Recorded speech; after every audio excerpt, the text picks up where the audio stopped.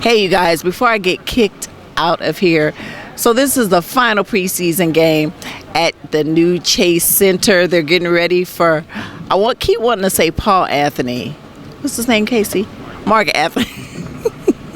Getting ready for Mark Anthony. So if you hear some banging, just try to focus on me. Don't try to focus on the banging.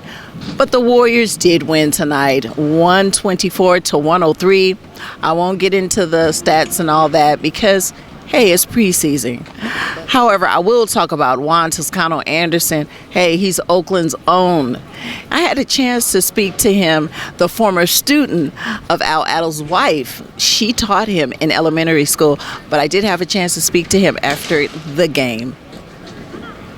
I'm here with Juan Toscano-Anderson, who is an Oakland native, 95th to be exact. That's why he wears the number 95. It was funny when I was looking on your Instagram page, a guy was like, oh, you got Dennis Rodman number. And I was like, no, he from 95th. Get it right. So growing up in Oakland, what was it like being able to play at Oracle as a part of the Santa Cruz Warriors as well as here? It was a great experience. That was my first time ever playing at Oracle, and I've gotten a chance to play in some great venues, Madison Square Garden, and many countless others. But I'd always dreamed of playing there. Growing up on 95th, my mom worked in downtown Oakland. I passed Oracle, driving past Oracle, hundreds and hundreds of times. I got family that lives on 73rd, so that's right there. So that was a great experience. It's an experience I'll never forget for sure. What's the experience been like here? This arena is totally different. It's huge. What's it been like playing here? It's been great. I mean, it's a beautiful arena, state of the art, and being able to say I played in the first game in Chase Center, that's something I'll take with me. That's something I'll tell my kids and my grandkids and so forth. So I've only played in Oracle one time, and also it's been preseason here, so I can't really compare the two too well. But they're different venues, and they're definitely their own entities.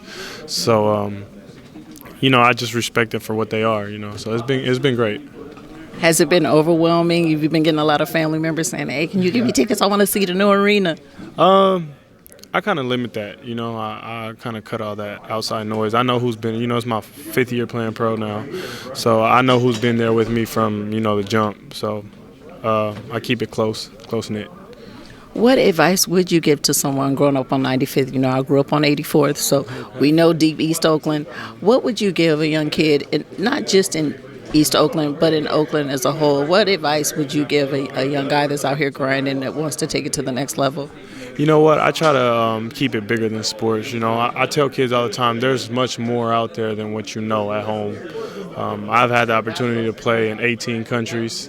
I've been a lot of places. The world's so big, we're just a small dot on the map. So just dream big and think bigger than what you know. There's a lot of world out there. So, bigger than sports, I could tell them a lot about basketball and so forth, but, everybody's not going to play sports and everybody's not going to be a professional athlete. So, just dream big.